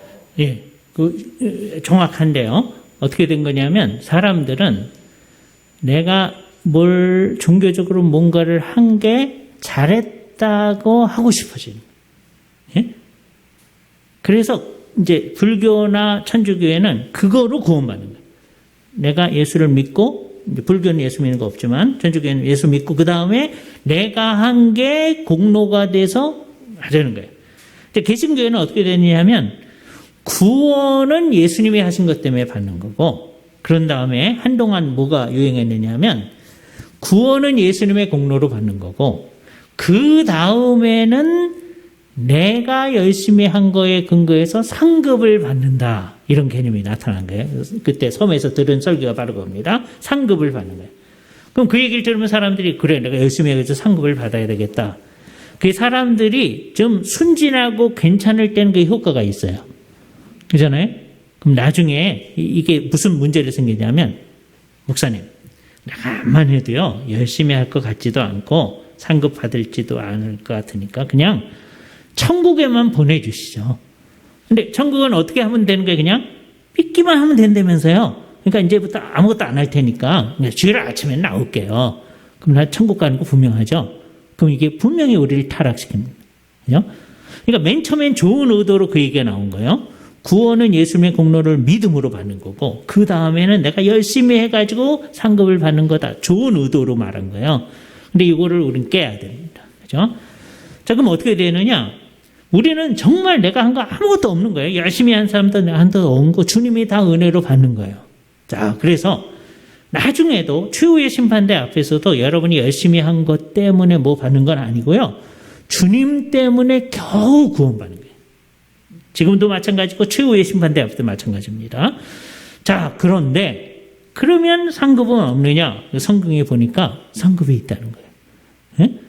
그때 사람들이요 전부 다 주께서 주시는 상급을 받으면서 어떻게 받느냐? 성경에 보니까 다 깜짝깜짝 놀라면서 받아요. 내가 언제 이런 거 했습니까? 그러면서 자기가 잘했다는 생각이 없어요. 근데 주께서 그걸 인정하고 주시는 거예요. 그죠? 그러니까 상급은 분명히 있어요. 없다 그러면 성경이 있다고 그러니까 있는데, 이거는 어떤 거다? 이를테면 은혜 위에 은혜다. 예? 우리를 구원해 주시는 게 어떻게 구원된 거예요? 은혜로 구원받는. 내가 한 거 아무것도 된 거예요. 근데 그런 사람이 열심히 하는 건 당연한 거거든요. 그렇잖아요. 이게 당연하다는 거라는 생각이 별로 없어요. 지금 한국교회 안에. 예? 그래서 뭘 하고 나면 뭘 분명히 받아야 돼. 하나님 나한테 뭘 주실 건데 이러고 있단 말이에요. 그게 아니고 당연히 열심히 하는 건데 주께서 뭘 나중에 주시는 거예요. 그럼 우리는 그게 뭐예요? 은혜 위에 은혜인 거죠. 그죠? 근데 그 받는 사람들은 다 어떻게 받아요? 다 깜짝 놀라면서. 나는 잘했다는 생각이 없는 거예요. 그죠? 깜짝깜짝 놀라면서 이제 받는 겁니다. 요 가르침이 여러분을 타락시키면 안 돼요. 그러니까 우리가 암만 열심히 해봐야 아무것도 아니니까 열심히 안 해도 되죠. 뭐 이런 거. 예수를 믿는 사람이 열심히 안 할 수가 없다. 오늘 얘기를 맨 처음에 어떻게 시작했어요? 열심히 하는 거는 계속해야 되는데 성경대로 안 믿고 열심히 하면 그거 구원받지 못하는 거다. 그런 거예요. 그래서 열심히 하는 건 계속하되 성경대로 제대로 믿어서 열심히 해야 된다. 그러니까 우리는 두 가지 일을 하는 겁니다. 성경대로 믿는 일을 해야 되고, 그런 믿는 사람으로 뭐 해야 돼요? 열심히 해야 되는 거예요. 근데 옛날에는 열심히 하면 뭘 받는다고 자꾸 얘기했는데, 우리는 받을만 하지 않다. 이걸 강조해요. 받을만 하지 않다. 암만 열심히 해야 받을만 하지 않다. 근데 주께서 주셔요. 네? 그럼 어떻게 해야 돼요? 이런 걸 뭐 주시나요? 안 주셔도 됩니다. 그런 게 아니고 나중에 감사함으로 받을 거예요. 근데 우리는 어떻게 받아요? 깜짝 놀라면서 받는 거예요. 그러니까 열심히 하셔야 됩니다. 그러나 열심히 하면 받을 거라고 스스로 생각을 하지 말아야 돼요. 그렇죠? 왜 열심히 하는 거예요? 너무너무 감사해서 열심히 하는 거예요. 이게 우리의 가장 정상적인 신앙생활이 돼야 됩니다. 자, 오늘의 마지막 질문. 누가? 예. 야, 괜찮아요. 괜찮아요. 뭐든지. 예. 예. 아, 예. 예. 좋은 질문 하셨는데요. 예. 제가 이제 초등학교 1학년 때였는데, 겨울방학이었어요. 1학년을 지내고, 겨울방학이었는데, 주일날이었는데, 아침에 놀러 나갔어요. 아침이니까 이제 노는 애들이 없죠. 그래서 이제 혼자 놀고 있다가 친구가 자기 누나하고 자기 동생하고 이제 어디를 가는 거예요. 놀자고 그랬더니 자기 가야 돼서 안 된대요. 그러니까 어디 가냐 그랬더니 교회를 간대요. 저는 교회가 뭔지 몰랐어요. 걔가 하는 말이 그냥 진심이 아니었을 텐데 너도 갈래? 그러는 거예요. 예? 그래가지고 그래? 그 이제 어머니한테 물어봐야 된다. 어머니한테 왔더니 어머니가 아침밥을 안 먹었기 때문에 아침밥을 먹고 가야 된대요. 그래서 아마 걔가 그날 예배당이 늦었을 거예요. 저 때문에. 예? 그러니까 누나하고 동생은 먼저 가고 걔는 이제 저 아침밥 먹는 동안 기다렸다가 저를 데리고 갔어요. 그래서 이제 그날 이제 교회, 이제 주일학교에 처음 간 겁니다. 그러니까, 이제 교회는 어떻게 되어 있느냐 하면 이제 아마 1월이 조금 넘었을 텐데 1월 한 둘째 주쯤 되는 그때였는 것 같아요. 근데 교회는 그때가 2학년이라고 그러더라고요. 교회는 1월 1일서부터 이제 새 학년으로 가니까. 예. 그래서 저는 교회에서는 이제 2학년서부터 이제 간 거예요. 이제, 예, 그 1월 한 둘째 주나 셋째 주 아마 가기 시작했을 거예요. 근데 아주 놀라운 게 그때서부터 한 번도 안 빠지고 예배당에 갔어요. 왜냐하면 주일 학교래요. 학교를 매번 오는 거잖아요. 근데 주일날은 매번 오는 거예요. 예? 주님의 은혜죠. 그죠? 매번 안 빠지고 간 거예요. 그래서 이제 그때는 이제 아마 1월 둘째 주나 셋째 주인데 내가 매번 갔는지는 몰랐어요. 근데 그 해는 그냥 지나갔는데, 그러니까 그게 2학년 때고, 3학년 때 이제 지나갔더니 그 연말에 시상을 해주더라고요. 개근했다고. 예? 아, 그런 거 보니까 그 전에도 이제 계속 갔을 텐데, 그때는 이제 1월 둘째 주나 세 번째 주부터 왔으니까 개근이 안 되잖아요. 그죠? 그랬던 것이고, 이제 그 다음에 이제 개근했다고 그러더라고요. 그러니까 이게 저도 놀라는 거죠. 이게 어떻게 된 걸까? 그러니까 적어도 3학년 때쯤, 이제 1년, 2년쯤 됐을 때는, 아, 내가 예수를 믿는 거구나. 그건 아주 분명히 알게 됐어요. 예.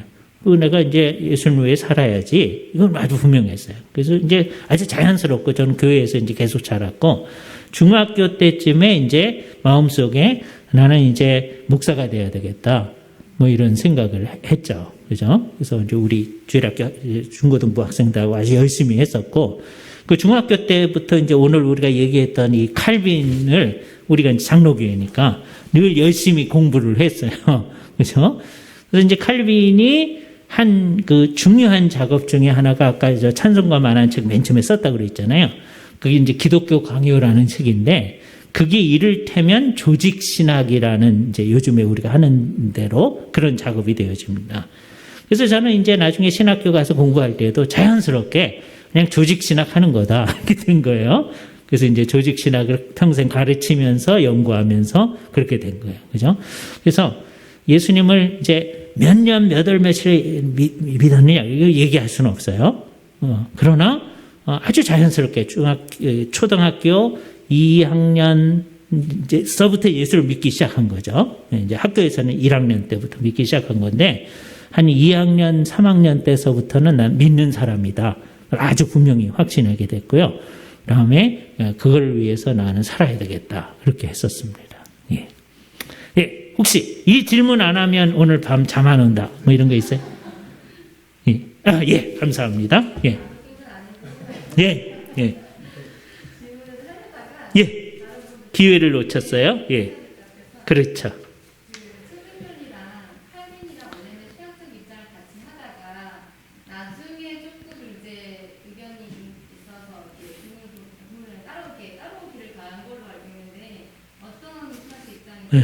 예. 처음부터 같이 한 건 아니고 처음에 좀 달랐어요. 달랐는데 그래서 이제 이걸 같이 해보려고 노력한 거예요. 쯔빙글리는 추리히, 여기 보면 옆에 추리히라고 있잖아요. 추리히에서 종교개혁을 한 거예요. 그게 더 먼저 시작한 거예요. 1519년 1월 1일서부터 마태복음 강해를 시작하겠습니다. 이분이 그 교회의 시민사제로 신부님이었어요. 그런데 개신교적으로 이제 하기 시작한 거예요. 그죠? 칼빈은 상당히 늦게 한 거죠. 1538년 그때서부터 이제 한 것이고, 제네바 시작은 41년이니까 상당히 늦은 시기입니다. 근데 칼빈의 얘기가 좀 더 성경적이에요. 쯔빙글리는 어떤 성격이 강하냐면, 예를 들어서 성찬에 있어서 예수님께서 우리를 위해서 죽으신 것을 기념하는 거다라고 하는 것을 좀 더 강조를 하는 면이 있었어요. 물론 따져 들어가면 나중에 칼빈이 얘기하려고 하는 거고 비슷한 얘기도 있어요. 그런데 이분은 뭘 강조하냐면 기념하는 게 좀 더 강조점이 있었어요. 그런데 이 사람하고 열심히 싸운 사람이 루터예요. 루터하고 이제 쯔빙글리는 상당히 많이 싸웠거든요. 비슷한데 상당히 싸우는 거예요. 루터는 우리가 성찬을 할 때 그리스도께서 여기 물리적으로 임재하신다 이렇게 생각한 거예요. 쯔빙글리는 물리적으로 임재하는 건 아니다. 기념하는 거다. 이게 굉장히 부딪혔거든요. 그래서 이제 이것을 연결시켜 보려고 사람들이 무진 애를 썼는데 잘 안 됐어요. 그런데 칼빈과 쯔빙글리의 후계자인 불링거라는 사람이 있는데, 불링거라는 사람이 입장을 어느 정도 가까이 해가지고서는 소위 추리협약이라고 하는 걸 맺어요. 그 추리협약에서는 우리가 입장이 같다. 그런 입장에서 쯔빙글리는 거기에 대해서 같이 안 할 수도 있는데, 따져보면 이제 글을 깊이 있게 들어가 보면 우리가 성찬을 할 때 그걸 강조는 안 하는데 있긴 있어요. 쯔빙글리에게도. 칼빈이 나중에 말한 바예요. 그게 뭐냐면 영적으로 그리스도께서 임재하신다. 이걸 영적 임재설이라고 합니다. 이건 굉장히 뛰어난 견해예요. 천주교와 루터파는 물리적으로 임재하신다. 그렇게 생각하는 거예요. 물리적인 임재는 아니고, 왜? 예수님의 몸은 지금 어디 계시니까? 하늘에 계시니까. 예수님이 여기 오실 수는 없단 말이에요. 대신에 뭐로 임하신다? 영적으로 임하신다. 이건 정말 뛰어난 거죠. 그죠? 그러니까 실제로 계신데, 이게 굉장히 중요합니다. Real presence. 실제로 임재하시는데, 실제가 어떻게 계시느냐? 영적 임재다. 그러니까 그 실제적 임재라는 말을 쯔빙글리는 좀 싫어해요. 그 말을 하면 자꾸 루터파가 생각나는 거예요. 그리고 천주교가 생각해요. 그래서 안 하려고 그래. 근데 따져 들어가면 쯔빙글리도 그런 생각은 있었다. 그러니까 그 후계자인 불링거가 칼빈하고 협약을 할 수 있는 거죠. 우리가 사실의 입장이 같다. 그래서 스위스 개혁교회 추리하고 제네바가 같이 갈 수 있는 근거가 마련된 거예요. 사실은 같은 거고요. 그죠? 이게 뛰어난 거예요. 그러니까 처음에는 달랐는데 뭐 이게 아니고, 처음엔 같았는데 그게 아니고 처음부터 좀 다른 거예요. 표현이.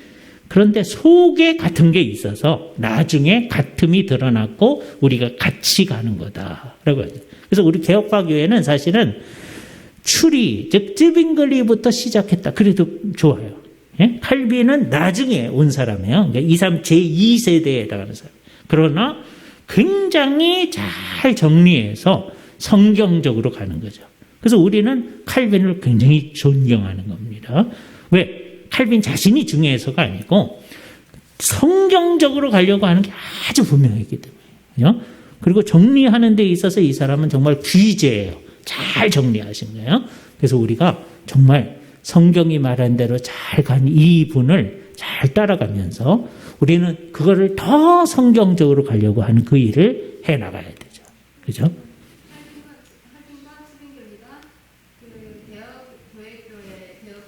토대. 이분들로부터 개혁파 교회가 시작된 거예요. 예. 존중하는 이유는 더 잘 정리해서, 정확하게 정리해서. 예. 그렇죠. 예, 예. 그러나 시작은 쯔빙글리서부터다. 왜냐하면 1519년 더 앞서잖아요. 이분은 41년. 예? 상당히 뒤에죠. 그런데 훨씬 더 잘 정리되고 성경적 입장이 균형을 잘 잡힌 제시가 나타나고 있다. 그리고 감사한 거는 이 둘이 조금 다른데 추리하고 그다음에 제네바가 맨날 달리 갔다 하면 종교개혁이 이렇게 널리 영향을 미치지 못하는 거예요. 그러니까 조금 다른 거는 우리든지 같이 가려고 노력을 해야 된다. 그것도 생각하게 되는 거예요. 그죠?